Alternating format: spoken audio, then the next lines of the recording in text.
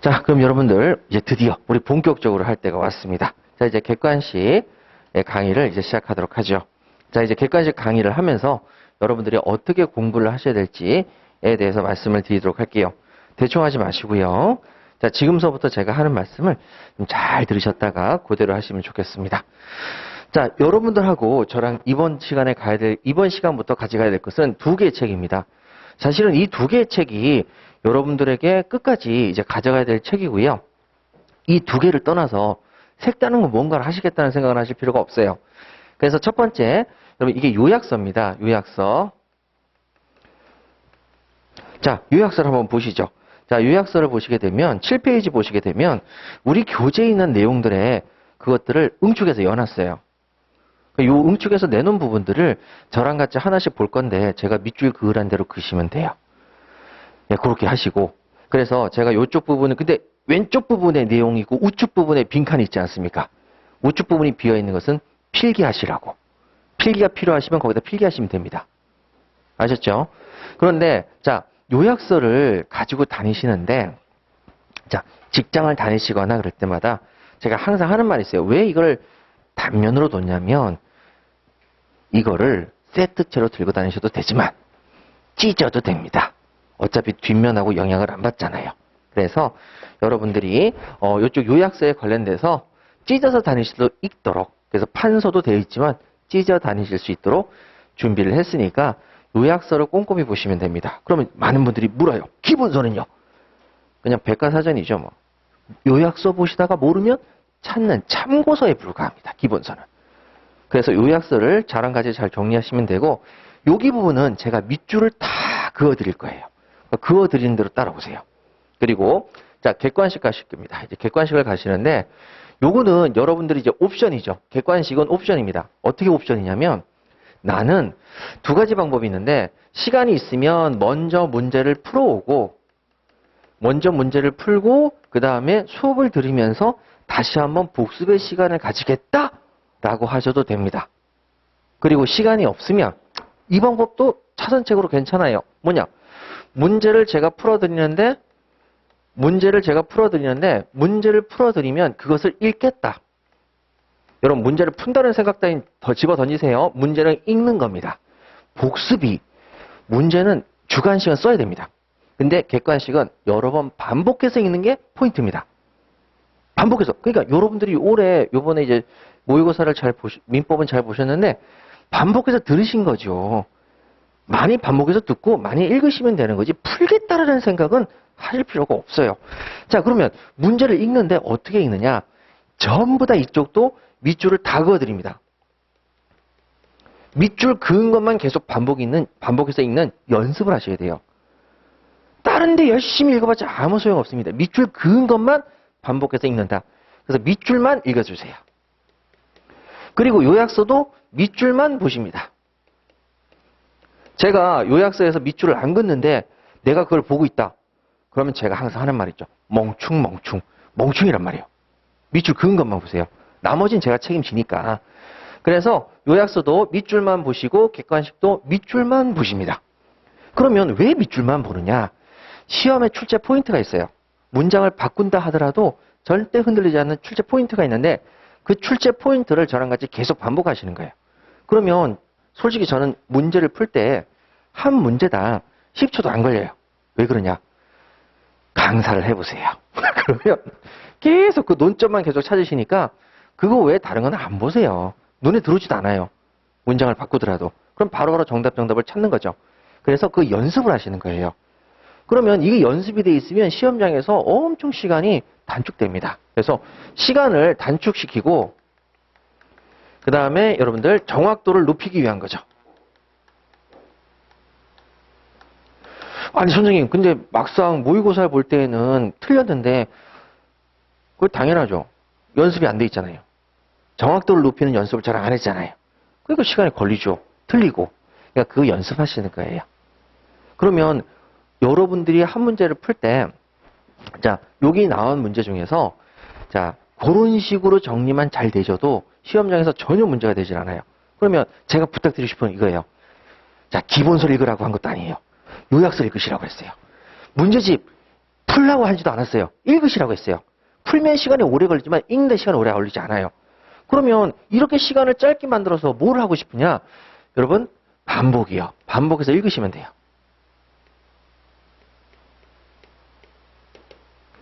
반복해서 읽으시면 돼요.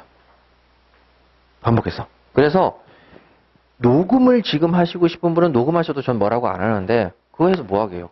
3시간짜리 녹음해서 가서 3시간짜리 듣는다고요? 의미 없잖아요. 표시된 것만 반복해서 읽는 게 10분, 20분 안에 끝날 수 있어요. 그렇잖아요. 그렇게 해서 그냥 빨리 읽고 끝내야죠. 그래서 반복해서 읽으시면 됩니다. 그래서 여러분들 중간에 제가 여러분들하고 약속을 할게요. 중간에 우리 25문제씩 시험 좀 봅시다.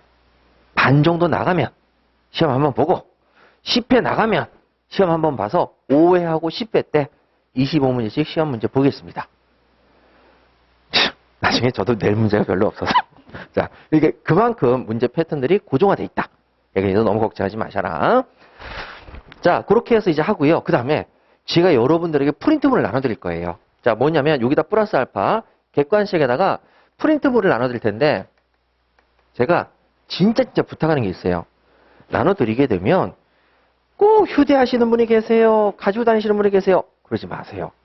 책에 붙이세요. 객관식 문제집에. 제가 이렇게 나눠드릴 때 우측에 17페이지 추가 예상 문제 이걸 왜 썼겠어요? 붙이라고요. 책에다 좀 붙여주세요. 그래서 나중에 이걸 보는데 그 다음 시간에 미리 붙여놓으셔야지 와가지고 막 자료를 찾고 그러시면 안 돼요. 저도 붙여놔요. 그러니까 자 프린트 나눠드리면은 그 해당 페이지에 붙여주세요. 부착을 좀 시켜주시고 자 그러면 이 프린트는 뭐를 의미하느냐? 두 가지를 의미해요. 자, 첫 번째는 예상 문제고 예상 문제인데 다른 시험 문제들을 다 다시 한번 분석을 해서 우리 객관식 책 만들기 전에 다 분석을 해서 넣었는데 다시 시험 본 그 객관식이 만들어진 이후에 시험을 봤던 그런 최신적인 문제들 있잖아요. 분석해서 예상 문제를 다시 한번 드리는 거고 두 번째는 뭐냐면 최신 판례예요. 작년에도 객관식 때 나눠드린 최신 판례에서 똑같이 정답 지문으로 시험에 나왔어요. 그러니까 최신 판례에서 한 문제 정도는 출제가 가능하니까 여기 부분을 꼭 보셔야 되겠죠. 그러니까 이 두 가지를 페이지에 부착을 시키면 객관식에다 부착만 시키시면 하나의 완성된 책이 되는 거죠. 그거를 계속 읽으시면 되는 거죠. 그리고 뭐든지 다 밑줄을 그어드려요. 여기도 밑줄 그어드려요. 프린트도 밑줄 그어드려요. 그러면 밑줄만 반복해서 읽는다. 그러니까 프린트를 따로 가지고 다니지 마라. 제발 부탁이다. 그래서 나눠드리면은 붙이셔라. 그러지 않는 이상 제가 페이지를 굳이 언급할 이유가 없지요. 예, 그렇게 해주시면 됩니다. 그리고 원래 최신 판례 같은 경우에는 각 학원에서 문제로 만들어주진 않아요.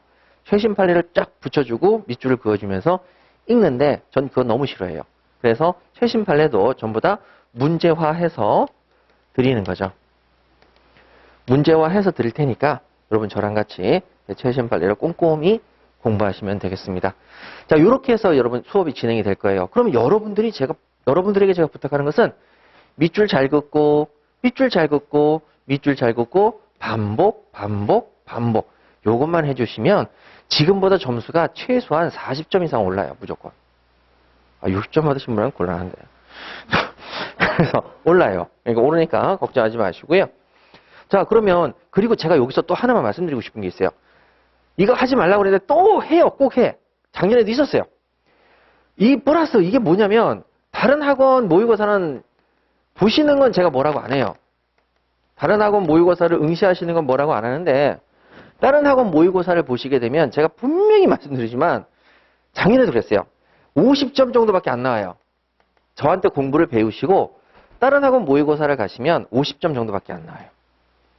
이게 자명한 겁니다. 그래서 작년에도 여기서 진짜 선생님, 저 이 학원 모의고사를 풀면 90점 넘게 나오거나 조금 못 나오는데 다른 학원 모의고사를 구매해서 푸니까 50점이 나왔다는 거예요. 50점대가.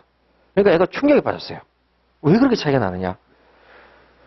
이거는 제가 왜 해서는 안 되냐고 말씀을 드리냐면, 자, 다른 학원 모의고사는 이유가 있어요. 이유가 있는데, 제가 그건 다른 학원을 비하하는 것 같잖아요. 그러니까, 제가 이유는 말씀드리지 않겠어요. 근데, 하나 예만 말씀드릴게요. 다른 하나 예. 자, 다른 학원 모의고사를 봐서 50점을 받았던 학생이 실제 시험장에 가서 92점 받으셨어요. 제 문제집만 보셨던. 그래서 2명의 사람이 있었어요. 근데 제가 이거는 꾸며낸 게 아니고 실제로 들었던 얘기예요. 한 분이 오셔서 얘기를 했어요. A라는 학생이 그냥 나는 시간도 없으니까 그냥 묘엽쌤 책만 그냥 봐야지 이렇게 봤대요. 그런데 B라는 사람은 조금 여유가 있었던 거예요. 전업수험생이라. 그러니까 다른 학원도 보고 싶잖아요. 내 실력이 어느 정도 평가하기 위해서. 그래서 제 문제집 플러스 다른 문제집도 보고 뭐 이렇게 여러 개, 2개 문제집을 봤대요. 그런데 이분이 자, 몇 점이 나왔느냐? 이분이 92점이 나왔고 이분이 70점대가 나왔대요. 제가 몇 점인지 몰라요. 이건 제대로 못 들었어요. 자기보다 점수가 훨씬 안 나왔대요. 이건 뭘 의미하냐면 출제될 가능성이 없는 문제를 많이 공부해봤자 아무 의미가 없어요. 범위가 넓어지고 내가 공부량이 많아지면 고득점이 될 것 같잖아요. 천만의 말씀이요. 과외는 공부 범위를 넓히는 게 아니고요. 출제 가능한 범위로 응축을 시켜서 범위를 줄여주는 게 과외예요. 저는 과외 스타일이고. 그래서 여러분 작년에도 이런 똑같은 질문이 나왔는데 다른 학원 모의고사 푸셔도 좋은데 절대 제가 이렇게 점수가 나와도 시험장에서 과연 고득점을 받을 수 있을까요? 라고 묻지 마시고 다른 학원 모의고사 문제집을 들고 와서 이 문제를 이게 출제 가능할까요? 이게 이런 문제가 나오는데 이게 될까요? 이렇게 묻지 마시고 이미 제가 다 걸러낸 거예요. 그쪽에서 안 걸러내는 거고. 그러니까 그런 것들에 대해서 제발 질문하지 마셔라. 이거 하지 마세요. 이게 괜히 쓸데없는 짓이다. 그래서 결국 이분이 70점대 받아서 합격은 했는데 이분이 후회했던 게 그 시간에 이거 안 하고 2차 할 걸. 그렇게 된 거예요. 그러니까 이거는 제가 괜히 꾸며낸 얘기가 아니니까 그래서 여러분 제발 공부를 하실 때 어떤 사람이 점수가 잘 나오는지 아세요? 시간이 많고 여유가 있다고 해서 범위를 넓히거나 좀 더 많이 공부하는 사람이 점수가 더 안 나와요. 공부 못하는 사람들이 하는 게 제일 그거 첫 번째예요. 공부를 할 때 정말 시험에 나올 수 있는 것만 집중적으로 2번 공부하는 사람과 이만큼 넓은 범위를 한 번 공부하는 사람의 어느 쪽이 점수가 잘 나오겠어요. 그러니까 절대 여러분 다른 학원 모의고사 보셔도 되는데 저한테 묻지는 말아달라. 제발 이런 얘기는 하지 말아달라. 예, 여러분들의 시험장에서 점수가 분명히 잘 나온다. 걱정하지 마셔라. 예, 그렇게 말씀을 드릴게요. 그래서 제가 다른 학원 모의고사는 안 봤고요. 가지고 좀 말라고 그랬으니까 안 봤고 다른 학원 문제집을 봤어요. 한 학생이 들고 다니면서 자꾸 질문하는 거예요. 그 학원 문제집을 가지고. 그래서 제가 딱 한마디 했어요. 이거 시험에 안 나와요. 이건 이거 옛날 구닥다리 문제에서 안 나와요. 이런 거 안 나와요. 이런 거 풀지 마세요. 하고 그냥 답을 안 해주고 풀지 마세요. 풀지 마세요. 풀지 마세요. 이렇게만 얘기했다니까요. 그러니까 문제를 최신 버전으로 다 바꿔야 되는데 옛날 문제들이 좀 있는 게 많아요. 그러니까 여러분 다른 학원 그 모의고사는 예, 뭐 이렇게 해서 말씀드리고 이제 다른 학원 거는 이제 저한테 질문하지도 마시고 묻지도 마시고 예, 좀 부탁드립니다. 자, 말씀을 드릴게요. 그리고 저희 교재가 좀 얇아요. 왜 얇으냐면은 학원에서 만드는 교재와 강사가 만드는 교재는 좀 달라요. 학원에서 만드는 교재하고 강사가 만드는 교재는 다릅니다. 그래서 그런 부분도 좀 차이가 있으니까 다른 학원을 절대 비하하는 건 아니고 다른 학원은 더 완벽하게 강의를 하려고 하는 거고 저는 여러분들에게 100점이 아니라 90점 이걸 점수로 목표로 하는 거니까 양이 적다. 이렇게 생각해 주시면 되겠어요. 여러분 저기 100점 받고 싶은 사람 없죠? 예, 그러면 충분해요. 원하시는 점수 다 받을 수 있어요. 100점 빼면. 자, 그러면 이제 수업 들어가도록 할게요. 자, 이제 어떻게 하는지 말씀드렸으니까. 자, 먼저 요약서 정리를 할게요. 자, 7페이지 한번 보시죠. 자, 요약서 7페이지 먼저 보시기 바랍니다. 자, 지금서부터 여러분들하고 저랑 밑줄을 그어 나가고 중요도에 따른 표시를 해드릴 테니까 잘 따라오시면 됩니다. 자, 먼저 7페이지 요약서 보시죠. 자, 먼저 1번에 민법의 법원입니다. 자, 민법의 법원에다가 별표를 3개 정도 치시고요. 그 다음에 2번에 관습법과 사실인 관습의 비교가 있지 않습니까? 2번에 거기도 별표를 3개 정도 치십니다. 다 시험의 중요한 포인트입니다. 그래서 1번과 2번에 전부 다 별표를 치어서 보시고요. 자, 이제 설명을 잠깐 드릴게요. 자, 우리가 어떤 얘기를 그때 말씀을 드렸냐면 이렇게 했죠. 자, 여자도 종중원이냐? 이런 문제를 가지고 말씀드렸죠. 자, 그럼 여러분들이 지금 그 얘기를 들었던 기억이 있다. 그럼 충분해요. 자, 법률이 없으면 관습법에 의하고 관습법이 없으면 조리에 의하죠. 자, 그럼 기본 강의 때처럼 설명을 일일이 써서 할 필요는 없고 여러분들도 될 수 있으면 안 쓰시는 게 좋아요. 제가 밑줄을 그어드리는데 필요한 부분만 체크하시면 돼요. 자, 그러면 이게 뭐냐면 이것을 여러분들이 주의하셔야 될 것이 민법 제1조예요. 민법 제1조인데 이걸 다른 말로 법원이라고 하죠.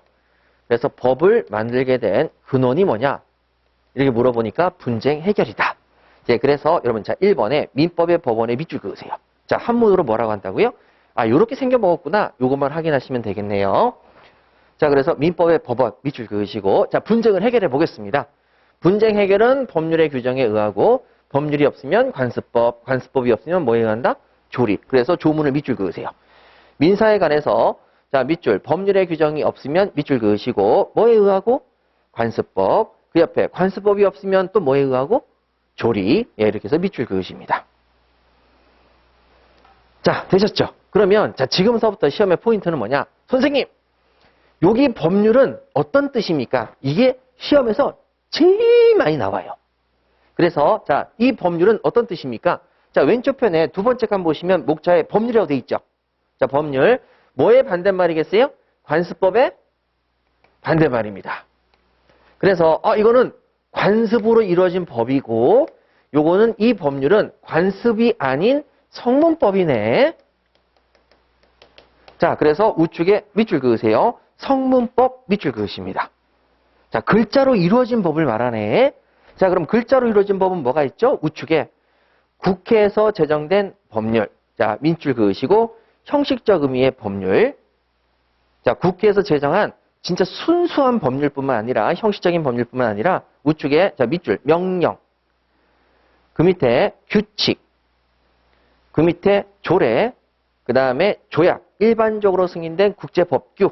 자, 그래서 글자로만 이루어져 있으면 법률도 좋고 명령도 좋고 규칙도 좋고 조례도 좋고 조약도 좋고 다 돼요.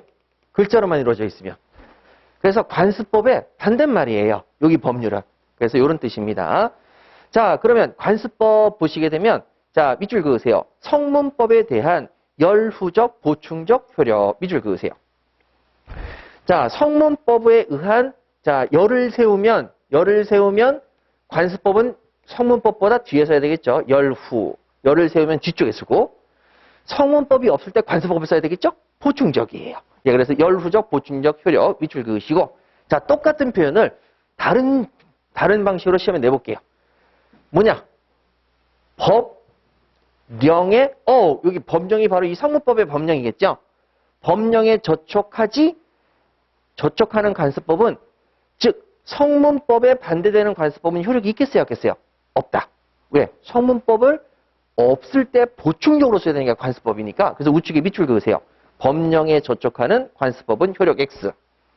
자, 법령 밑에다가 뭐라고 써야 되겠어요?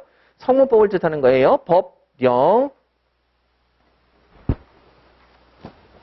자, 그럼 왼쪽 편하고 우측 편하고 이제 구별되시죠? 성문법에 대한 열후적 보충적 효력이 같은 말로 법령에 저촉하는 관습법은 효력이 없다.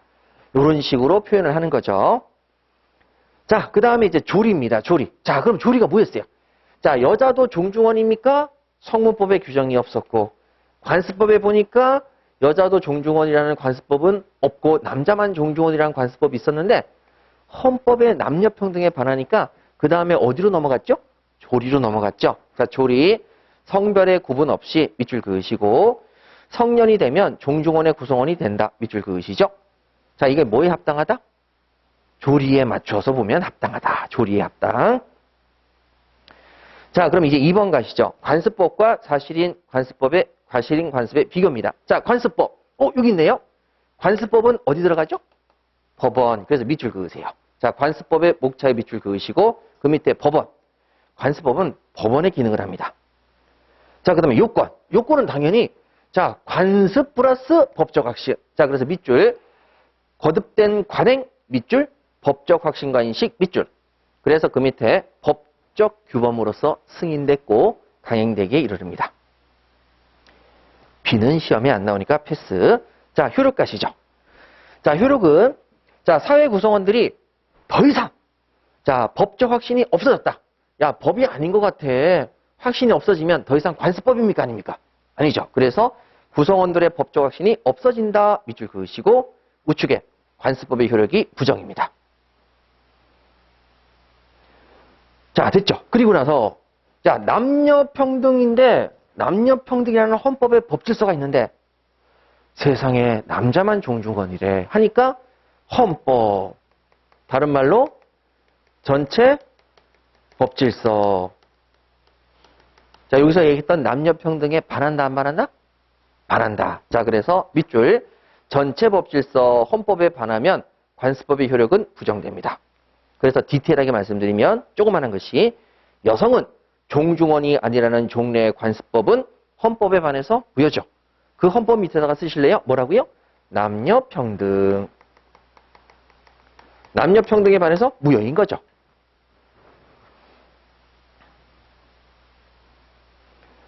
자, 그 다음에 10번에 입증 가시죠. 법원이 직권으로 판단합니다. 자, 법원이 직권으로 판단한다? 관습법이니까 누가 판단한다고요? 법원이 판단하네요. 법원이 직권으로 판단합니다. 자, 법은 누가 판단한다? 법원이 직권으로 판단한다. 법원이 직권으로 판단하죠. 자, 우측에 사실인 관습입니다. 자, 사실인 관습, 목차에 밑줄 그으시죠. 사실인 관습. 자, 사실인 관습은 언제 씁니까? 라는 거죠. 자, 그러면 사실인 관습. 자, 여러분들, 요게 기억이 나실라나 모르겠습니다. 자, 임차인의 필요비 상한 청구권, 비용 상한 청구권. 자, 임차인의 비용 상한 청구권. 자, 제가 뭐라고 말씀드렸냐면, 건물의 형광등을 갈아 끼는 것은 이 건물을 유지하는 데 들어가는 비용인데, 이 비용을 어떤 경우에는 임대인이 되고 어떤 경우는 임차인이 되고 이런 경우가 있다. 이렇게 말씀을 드렸죠. 그때 비용 상한 청구권은 필요 가행 규정입니까? 임의 규정입니까? 예, 임의 규정이죠. 훌륭하십니다. 이 순간을 위해서 기본 강의를 그렇게 열심히 한 거죠. 자, 그래서 여러분 거기 자, 사실인 관습입니다. 임의 규정인데 임의 규정 플러스 자, 그 다음에 관행 관습을 보니까 어떤 경우에는 임대인이 비용을 댄다. 어떤 데 가니까 관습이 임차인이 비용을 댄다. 이렇게 나눠질 수 있었죠.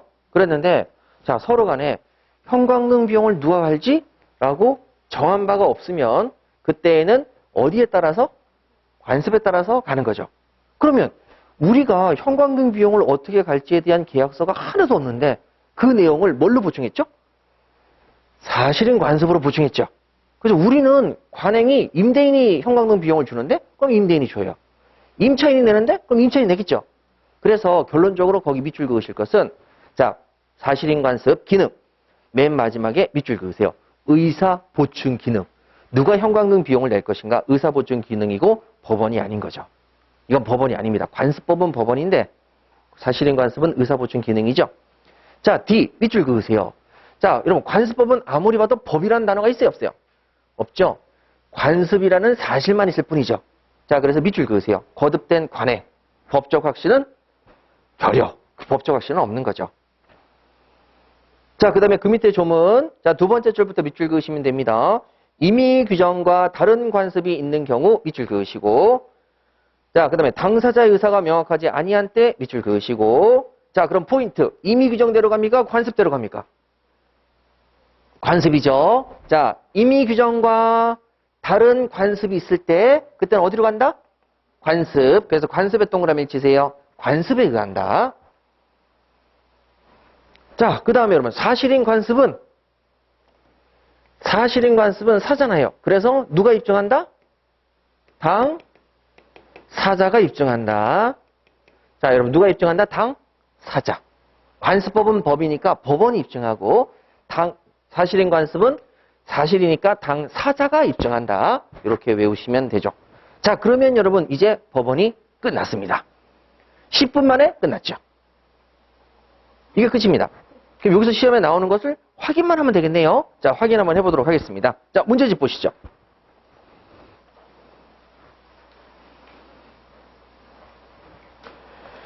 자, 이제부터 문제집을 읽는 방법에 대해서 말씀을 드리도록 할게요. 자, 문제집 9페이지 한번 보십니다. 자, 1번 문제 가시면은 1번에 1번. 자, 1번에 1번 보시면은 자, 관습법은 헌법을 최상의 규범으로 하는 전체 법질서에 반하지 않고 정당성과 합리성이 있어야 된다. 이렇게 나와 있지 않습니까?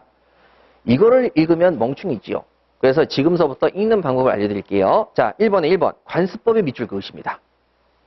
자, 관습법은 전체 법질서에 반해야 됩니까? 반하지 않아야 됩니까? 안 해야 되죠.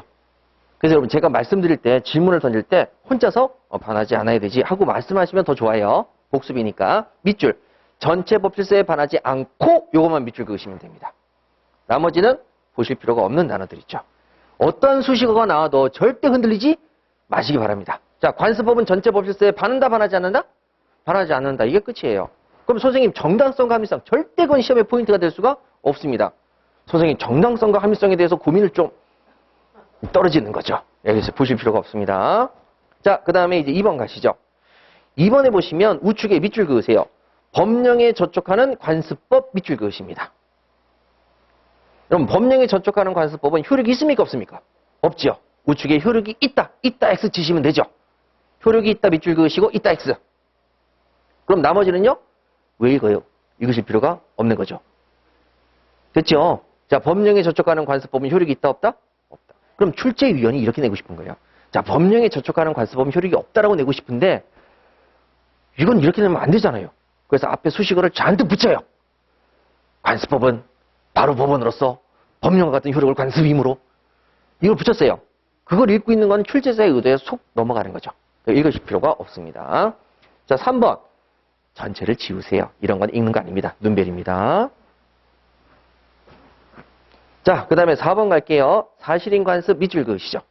자, 사실인 관습은 뭐를 한다? 법원이다. 당사자 의사를 보충한다. 예, 우측에 당사자 의사 보충 밑줄 그으시면 됩니다. 자, 이제 5번 관습법 밑줄 그으시고 우측에 관행의 법적 구속력에 대해서 확신을 갖지 않게 된 밑줄 그으세요.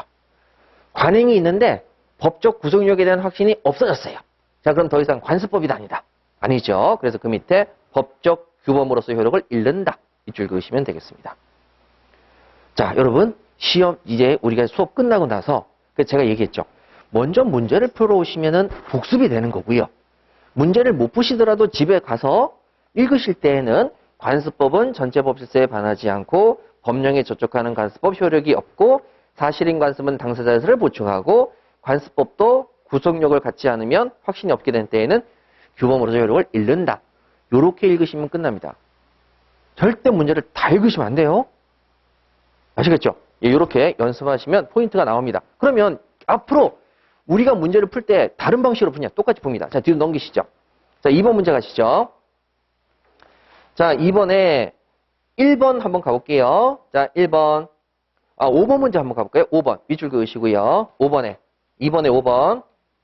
아이고, 죄송해요, 여러분. 2번에 동그라미 5번. 자, 가겠습니다. 지금 방금 문제 풀었던 건 같으니까요. 5번. 자, 전체 법질서에 반하는, 거기만 밑줄 그으세요. 전체 법질서가 제가 뭐라고 그랬어요? 헌법. 그러니까 앞에는 수식어가 본데 읽지 마세요, 그건 제발. 눈벨이니까. 그러니까 전체 법질서 그럼 헌법을 떠올리시면 돼요. 자, 그래서 그 밑에 관습법으로서 효력이 인정될 수가 있습니까? 없습니까? 없죠. 전체 법질서에 반하면 관습법으로서의 효력이 인정될 수 없죠. 그렇게만 읽으시면 됩니다. 나머지는 다 필요 없는 단어예요. 정말 속이는 거죠. 사회생활 규범은 사회의 거듭된 관행으로서 생성된 것일지라도 무슨 의미가 있어요? 아무 의미가 없어요. 자, 그럼 1번부터 정리할게요. 동그라미 1번으로 올라가시죠. 자, 밑줄 그으십니다. 법률의 규정 밑줄 그으시고 그 다음에 뭐가 나와야 되겠습니까? 관습법 밑줄 그으시고 그 다음에 뭐가 나와야 되겠습니까? 조리 밑줄 그으시면 끝납니다. 자, 그 다음에 2번 가시죠. 조약 밑줄. 일반적으로 승인된 국제법규 밑줄. 여러분, 조약 글자로 이루어져 있으면 무조건 그 밑에 민법의 법원이 될 수가 있다 없다? 있다. 예, 그래서 없다가 틀렸죠. 밑줄 그으세요. 민법의 법원이 될 수 없다. 밑줄 그으시고 없다 X. 그럼 여러분 힌트를 드릴게요. 여기에 해당되지 않는 게 있을까요? 없습니다. 다 해당됩니다. 무조건. 왜? 선문법이니까. 자, 3번 갈게요. 자, 우측에 성별의 구별 없이 성년이 되면 밑줄 그으시고, 우측에 종종의 구성원이 된다, 안 된다? 된다. 밑줄 그으시고, 어디에 합당하다? 조리에 합당, 밑줄 그으시면 되죠. 자, 그 다음에 4번. 관습법 밑줄 그으시고요. 자, 법이니까 누가 판단하죠? 법원이. 그래서 그 밑에 법원이 직권으로 1 확정. 끝났습니다. 자, 11페이지 한번 가시죠. 3번 문제입니다. 1번. 관습법 밑줄 그으시고요. 자, 성문법에 대해서 보충적 효력 맞습니까? 틀립니까? 자, 성문법에 대해서 열후적 보충적 효력 맞습니까? 틀립니까? 맞죠? 예, 그래서 밑줄 그으세요. 성문법에 대해서 보충적 효력. 자, 그 다음에 2번. 관습법 밑줄 그으시고요. 자, 관행도 있어야 되지만 뭐도 있어야 됩니까? 우측에 사회 구성원의 법적 확신과 인식. 이게 있어야 법이 되지 않습니까? 이게 없으면 사실인 관습밖에 안 되는데. 자, 3번. 사실인 관습 밑줄 그으시고요. 법원으로서의 효력이 인정됩니까? 의사 보충 기능입니까? 의사 보충. 그래서 법원으로서의 효력이 인정 밑줄 그으시고요. 인정의 X. 자, 그 다음에 4번. 사실인 관습 밑줄 그으시고요. 우측에 누가 주장 증명해야 된다고요? 당사자. 그래서 당사자가 주장 증명 밑줄 그으세요. 5번. 사실인 관습 밑줄 그으시고요. 뭐를 한다? 우측에 의사를 보충함 밑줄 그으시면 되죠. 의사를 보충합니다. 자, 그 다음에 4번으로 또 내려가시죠. 자, 4번 1번 관습법 밑줄 그으시고요. 자, 우측에 자, 일단 관습법이 되려면 관행 밑줄 그으십니다. 관행이 하나 있어야 되죠. 그리고 우측에 사회의 법적 확신과 인식에 의해서 법적 규범으로 승인 강행 밑줄 쭉 그으시면 되죠. 자, 밑줄 사회의 법적 확신과 인식에 의해서 법적 규범으로서 승인 강행. 자, 그 다음에 2번. 자, 우측에 밑줄 그으세요. 관행의 법적 구성력에 대해서 확신을 갖지 않게 되었다. 밑줄 그으시고요. 자, 그러면 관행의 법적 구성력에 대한 확신이 없으니까 우측에 관습법은 법 규범으로서의 효력에 영향을 받지 않습니까? 효력을 받습니까? 법적 관습법은 밑줄 그으세요. 관습법은 법 규범으로서 효력에 영향을 받지 않는다. 밑줄 그으시고. 여러분, 관습법이 더 이상 됩니까? 안 됩니까? 안 되죠. 효력에 영향을 받지 않습니까? 영향을 받아서 관습법이 효력이 없어집니까? 없어지죠. 않는다. X. 그러니까 제가 지금 풀어서 설명드리는 거예요. 생소한 지문이 나왔는데. 자, 그 다음에 3번 가도록 하죠. 관습법 밑줄 그으시고요. 자, 누가 판단한다고 그랬죠? 법원. 우측에 법원이 직권으로 이를 확정 밑줄 그으시면 되죠. 4번은 삭제. 자, 그 다음에 5번 갈게요. 관습법은 법령에 저촉되지 아니하는 한 밑줄 그으시고, 관습법은 법령에 저촉되지 아니하는 한, 자, 우측에 효력이 있다 없다? 있다. 자, 다시 한번 이게 연습하시는 거예요. 많이 읽으실 필요가 없이 기존의 내용을 얼마나 반복해서 하는 게 제일 중요해요. 자, 법령에 저촉되면 관습법의 효력이 있어요 없어요? 없죠. 법령에 저촉되면 관습법의 효력이 없죠. 왜? 법령에 무슨 효력이기 때문에? 열후적 보충적 효력이기 때문이죠. 그런데 여러분 지금 법령에 저촉되는 관습법은 효력이 없다고 했는데 5번은 어떻게 나왔어요? 관습법은 법령에 저촉되면 효력이 없는데 저촉되지 아니하면 효력이 없겠어요? 있겠어요?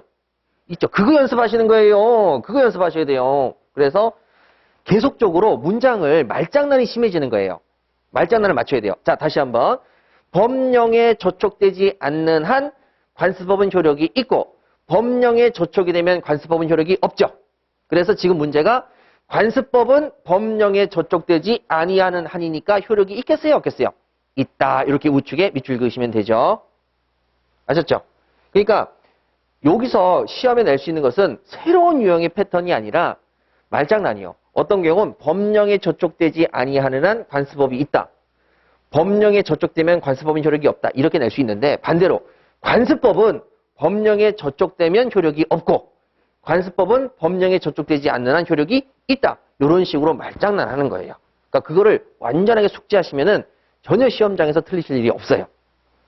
많은 양을 늘리시지 말고 굉장히 반복되는 부분을 집중적으로 연습하십니다. 자, 12페이지 한번 가보시죠. 5번. 자, 5번에 가시면 1번. 이제부터 좀 더 쉬워져요. 뒤로 갈수록. 왜? 반복하니까. 자, 1번에 관습법 밑줄 그으시고 법률에 대해서 무슨 성격? 열후적 보충적 성격. 자, 법률에 대해서 열후적 보충적 성격. 그 다음에 2번. 조약 밑줄 그으세요. 가운데 조약. 민법의 법원이 된다 안 된다? 된다. 무조건 돼요. 무조건 돼. 자, 그 다음에 3번 관습법 밑줄 그으시고요. 누가 확정 판단한다? 예, 우측의 법원이 직권으로 확정. 똑같죠? 계속 나와요. 자, 4번 법률 밑줄 그으시고 형식적 의미의 법률만을 뜻합니까? 성문법을 말합니까? 예, 그렇죠. 그래서 우측에 형식적 의미의 법률만을 뜻한다. 뜻한다 X. 자, 그 다음에 5번 가시죠. 전체 법질서에 반하지 않아야 밑줄 그으시고 관습법으로서의 효력이 인정. 맞죠? 자, 그럼 지금까지 시험 문제는 관습법이 효력이 인정되려면 전체 법질서에 반하지 않아야 되겠죠. 근데 전체 법질서를 앞으로 끄집어냈어요. 전체 법질서에 반하지 않아요. 관습법은 효력이 있어요, 없어요? 있어요. 전체 법질서에 반해요. 관습법은 효력이 있어요, 없어요? 없어요. 이렇게 말장난한다니까요. 그거를 문장을 여러 개 표시한다 하더라도 우린 절대 흔들리지 않게 반복 연습하시는 거예요. 그래서 반복해서 읽읍시다. 자, 2020년도 행정사 가도록 할게요. 자, 6번의 기억, 관습법 밑줄 그으시고요. 자, 우측에 관행, 오. 옛날에 했었죠. 관행. 방금 전에 했었고. 그 다음에 우측에 법적 확신과 인식에 의해서 법적 규범으로 승인. 자, 기존에 나왔던 내용 똑같이 나왔네요. 자, 그 다음에 니은, 종래 관습법 밑줄 그으시고요. 우측에 전체 법질서에 부합하지 않게 되었다. 그럼 법적인 효력이 있다, 없다? 없다. 법적 규범으로서 효력이 부정. 밑줄 그으시면 되죠. 자, 그 다음에 디귿, 사실인 관습 밑줄 그으시고요. 우측에 당사자 의사를 뭐하는데 그친다? 부충. 당사자 의사의 부충 밑줄 그으세요. 자, 그러면 하나만 더 그읍시다. 이게 지금 제가 여러분 다음번에 시험에 나올 가능성이 있는 건데, 디귿에, 자, 하나만 더 밑줄 그으세요. 법령으로서의 효력이 없는 단순한 뭐다? 관행이다. 사실인 관습은 법적인 효력이 없는 거죠. 법령으로서 효력이 없죠. 단순한 뭐다? 관행이다. 요것까지 밑줄 그으세요. 나올 가능성이 또 있어요. 예상 문제로 여놨는데 지금 나왔기 때문에 다음 시험에 나올 가능성이 높습니다. 자, 그러면 우리 7번부터는 예상 문제입니다. 자, 예상 문제 저랑 같이 한번 보시죠. 7번에 1번. 자, 민법 제1조의 법률 밑줄 그으시고요.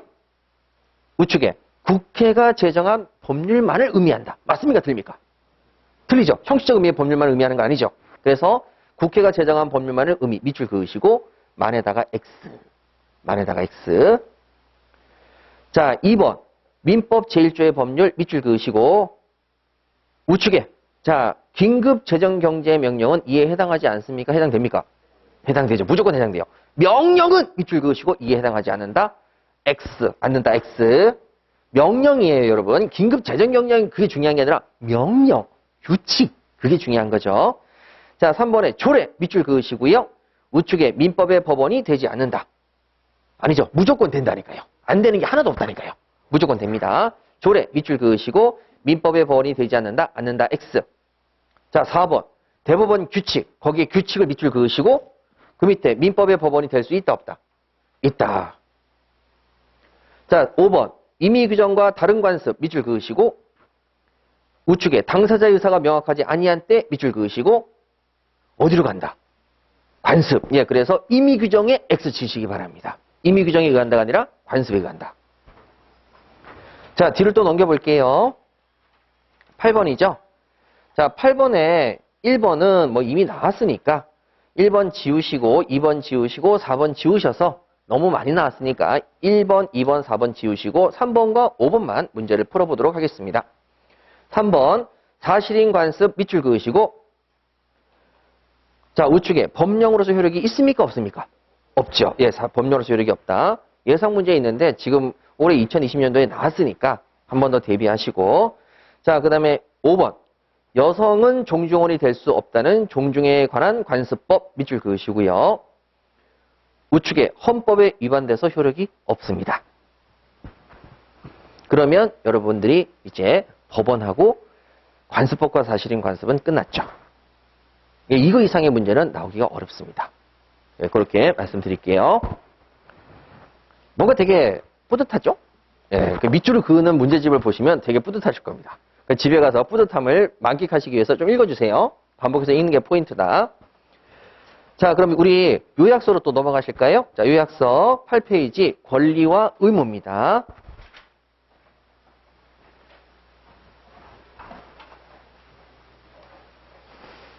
자, 권리와 의무 보시죠. 자, 8페이지 있는데 선생님 여기 부분은 어디만 보겠습니까? 형성권만 봅니다. 나머지 하나도 안 봅니다. 형성권에다가 별표 2개 정도만 쳐주시죠. 나머지는 보지 마세요. 눈별입니다. 자, 그러면 형성권에 동그라미 C를 가도록 할게요. 자, 재판상, 재판 외 밑줄 그으시고 동그라미 D번에 재판상의 밑줄 그으십니다. 자, 그리고 C 동그라미 2번에 청구권이라 쓰지만 형성권까지 밑줄 그으시죠. 자, 그러면 우리 C번 갈게요. 자, C는 형성권인데 D도 형성권인데 E도 형성권인데 E는 형성권이라는 게 아니라 청구권이라는 단어를 썼는데도 불구하고 형성권이 되는 거죠. 자, 그러면 여기 C는 뭐냐면 재판상, 재판 외 형성권. D는 재판상으로만 행사되는 형성권. 그 다음에 E는 청구권이라는 표현을 썼지만 실제로는 형성권. 이렇게 세 가지입니다. 그래서 제 문제집에는 C하고 D까지 나와 있는데 E가 없어서 제가 오늘 프린트로 E를 준비했습니다. 자, 가도록 할게요. 자, C. 재판상 재판에 밑줄 그으시고, 자, 동의권의 동. 여러분, 그 밑에 동그라미 2번 옆에 가로 안에 두 문자 만들어 놨어요. 자, 동의권의 동, 동. 그 다음에 취소권의 취, 추인권의 추, 계약 해지, 해지권의 해, 최고권의 최고. 그 다음에 채무의 면제, 면, 상계의 상, 담보 책임의 담, 매매의 1박 2양 완결권의 완결. 그 다음에 동그라미 2번으로 내려가셔서 물매수, 지상물 매수, 부속물 매수, 물매수. 자, 두 문자가 만들어졌습니다. 자, 그럼 가도록 하죠. 동취추해, 겨울에 취하면 뭐하다? 추해. 동취추해. 자, 이거 외우셔야 돼요. 동취추해. 그 다음에 최고면 상담 이렇게 돼 있죠. 자, 동취추해 최고면 상담. 최고면 상담 이렇게 돼 있는데, 자, 두 문자가 혹시 기억나세요? 동취추해, 겨울에 취하면 추한데 최고 진상이 아니라 최고 무슨 상? 면상 이렇게 갔었어요. 최고 면상, 최고 진상이 아니라 최고 면상. 취를 취했는데 겨울에 취했는데 최고 진상이 뭐냐? 최고 면상이 뭐냐? 하니까 담에다가 뭐 하는 거죠? 왜 해가지고 담 완결 이렇게 갔었죠. 담 완결. 담에다가 토하는 게 최고 진상 면상이다. 그래서 어이구 담에다 토했으니까 이제 갈증이 나죠. 그래서 뭐를 사간다? 물매수. 물을 마시고 자, 물 사가자. 물매수 이렇게 된다고요. 자, 그럼 다시 한번 갈게요. 동취추해, 겨울에 취하면 추한데 최고 진상이 아니라 최고 면상, 최고 면상. 그 다음에 담 완결, 담에다가 완결을 짓죠. 그래서 우에. 그래서 뭐예요? 물 사가자. 물매수, 담 완결, 물매수. 자, 이렇게 해서 두 문자를 따서 이건 전부 다 무슨 권입니까? 형성권입니다. 절대 잊으시면 안 돼요. 형성권. 자, 그런데 그 중에서 자, 주의하셔야 될 것이 취소권은 재판상 재판에 모두 행사 가능한데 이놈의 채권자 취소권은 어디에서만 행사가 가능하다? 재판상. 꼭 기억하셔야 됩니다. 아셨죠? 꼭 기억 좀 해주세요. 자, 그러면 여기 관련돼서 문제를 한번 풀어보도록 하겠습니다. 자, 문제집 15페이지 피시죠. 자, 15페이지 보시게 되면 1번 문제 있습니다. 1번 문제는 삭제. 1번 문제는 삭제해 주세요. 이런 건 보지 않습니다. 자, 그 다음에 2번 형성권 행사에 해당되는 것을 모두 고른 것은 자, 18년도 행정사 문제죠. 기억. 자, 우측만 보시면 되죠. 동취추의 추 보이시죠? 자, 추인 밑줄. 니은 동취추의 취 보이시죠? 취소 밑줄. 자, 그 다음에 디귿 동취추의 최고면 상 해가지고 상계 보이시죠? 예, 형성권. 리을 동취추의 해 보이시죠? 해제. 리을은 해제. 밑줄 그으셔서 전부 다 형성권에 해당합니다. 자, 다음 페이지 예상 문제 한번 가보시죠. 16페이지 3번 재판상 행사해야만 밑줄 그으시고요. 재판상 행사해야만 효과가 있는 것은 무슨 취소권? 채권자 취소권 밑줄 그으시면 됩니다. 2번에 취소권 쓰시면 안 돼요. 채권자 취소권. 자, 그 다음에 오늘 나눠드린 프린트물 봐주시기 바랍니다. 자, 여러분, 오타네요. 16페이지 추가 예상 문제인데 17페이지 추가 예상 문제로 이런 데서 오타가 나올 줄이야. 그럼 자, 16페이지 추가 예상 문제로 좀 고쳐주세요. 아, 이런 부끄러울 때가 있나. 자, 여러분 16페이지 추가 예상 문제 가시죠. 자, 1번에 지상 물 매수 청구권. 자, 물 매수란 단어가 보이시죠? 자, 그러면 여러분 형성권이다, 청구권이다? 형성권. 자, 2번에 부속 물 매수 청구권. 물 매수죠? 요건 청구권이다, 형성권이다? 형성권. 그래서 OX가 정답이 되겠습니다. 그러면 여러분께서 또 준비를 다 하셨죠? 자, 그러면 다음으로 넘어가서 요약서 9페이지 한번 보시죠.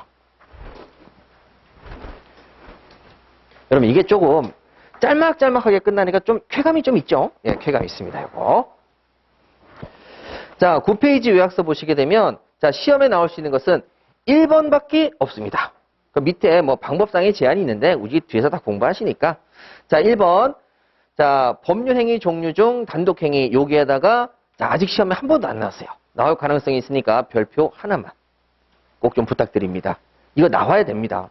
이거 안 나왔다는 것 자체가 우리에겐 굉장히 좋은 거죠. 언제든지 나올 수 있다는 겁니다. 자, 거기 왼쪽 편부터 상대방이 없는 단독행위에 업 동그라미 치시고요.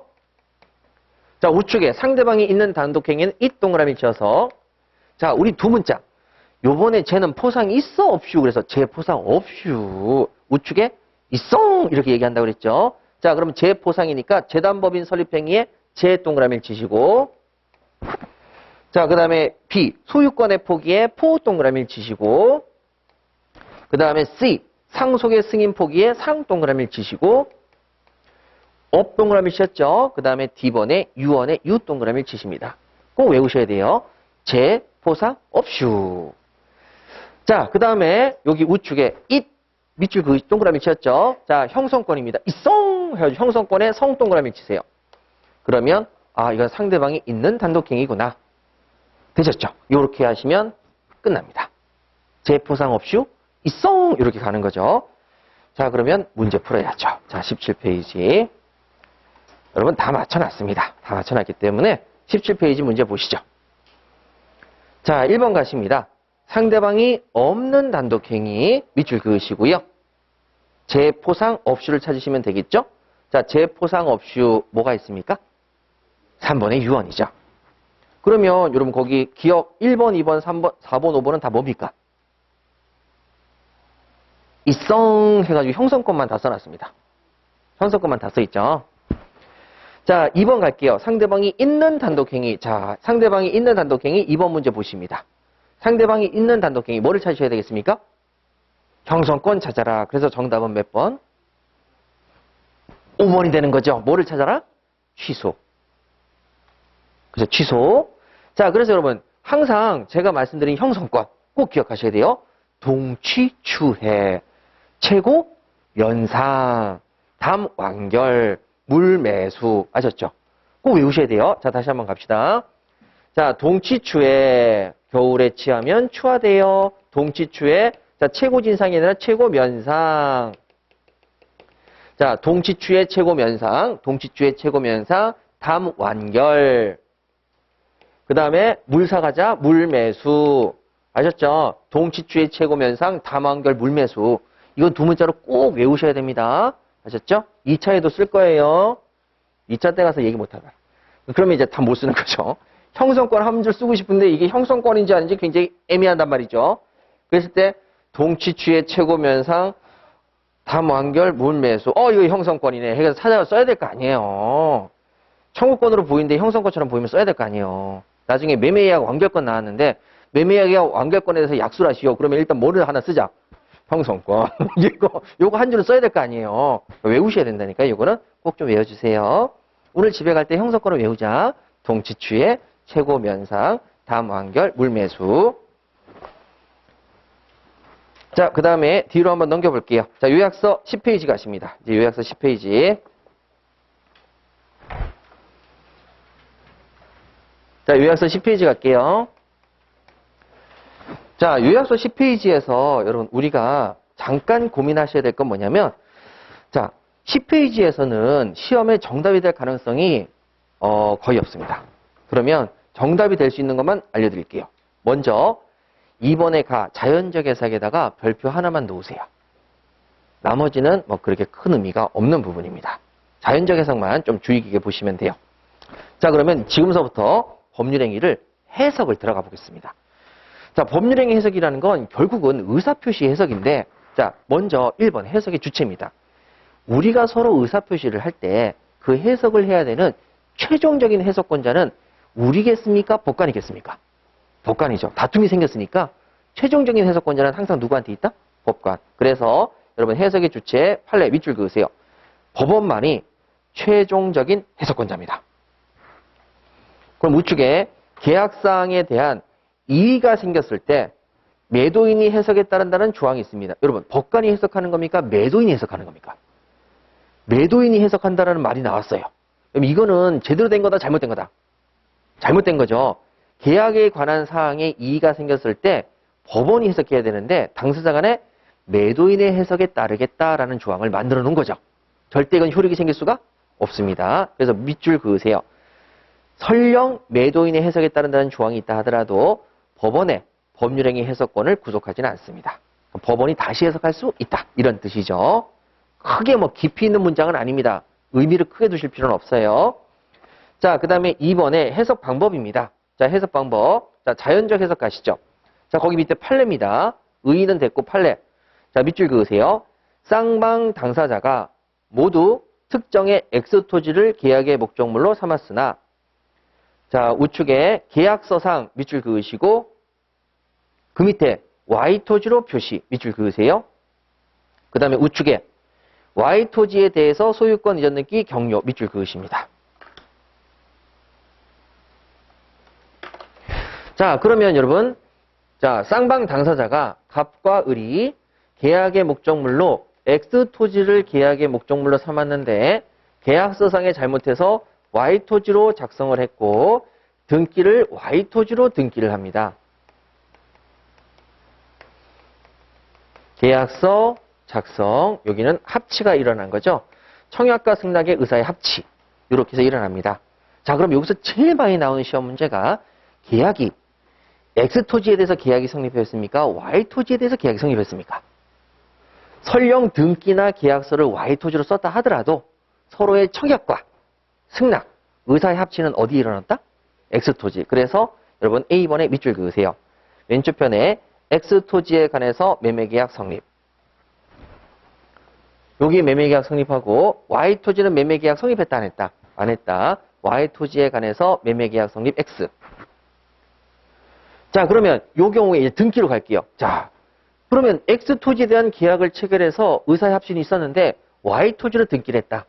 그러면 계약이 없는 등기만 넘어간 거죠. 소유권 취득했다 못했다? 못했다. 그래서 왼쪽 편에 자, C, 동그라미 B, 소유권 취득 못했습니다. X토지도 우측에 E, 소유권 취득 못했습니다. 그러니까 X토지, Y토지 가릴 것 없이 소유권은 취득한다 못한다? 못합니다. 자, 그러면 어디에만 계약이 성립했다? X토지. 소유권 취득한 적이 있다 없다? 없다. 아무것도 소유권 취득한 적이 없어요. 자, 그 다음에 C 가시죠. 여러분, 이게 지금 서로 간의 의사가 X토지에 합치가 됐으니, 자, 차고 취소를 볼게요. 여러분, 차고는 언제 취소가 되는지 이제 제가 좀 자세히 말씀드릴 수가 있습니다. 차고 취소라는 것은 의사와 표시가 일치해야 돼요? 불일치해야 돼요? 불일치. 그걸 제가 모르고 해야 되죠. 자, 그러면 갑이라는 사람이 의사, 무슨 토지를 팔고 싶다? X토지를 팔고 싶다. 그리고 을한테 어느 토지를 팔겠다고 얘기했어요? X토지 팔겠다고 얘기했죠? 의사 표시가 일치하죠. 그 다음에 을도 어느 토지를 사고 싶은 의사가 있었어요? X토지. 그리고 어느 토지를 사고 싶다는 의사를 표시했어요? X토지. 이게 무슨 착오예요? 착오 나올 수가 없죠. 그래서 결론만 기억하시면 되죠. 동그라미 C, 착오 취소 X, 착오 취소 X. 양쪽 모두 착오 취소 X만 밑줄 그으시면 돼요. 이게 제가 여러분들 기본 강의 때 다 말씀을 못 드렸던 게 일단 착오까지는 갔다 와야 이게 이해가 되거든요. 그럼 이거 이해가 됐다? 잘하신 거예요, 공부. 자, 그러면 결론만 기억합시다. 뭐냐? 여러분, X토지하고 Y토지가 있는데 성립은 여기서 성립했고 여긴 성립 안 했어요. 소유권 취득한 사람 없어요. 차고 취소돼야 안 돼요? 안 돼요. 그럼 뭐만 된다? X토지만 계약 성립했다. 나머지는 전부 다 X예요. 되셨죠? 자, 그 다음에 규범적 해석은 자, 우리 문제만 풀고 잠깐 쉬었다가 계속하도록 하죠. 문제 하나만 푸시죠. 자, 우리 문제집 18페이지 보십니다.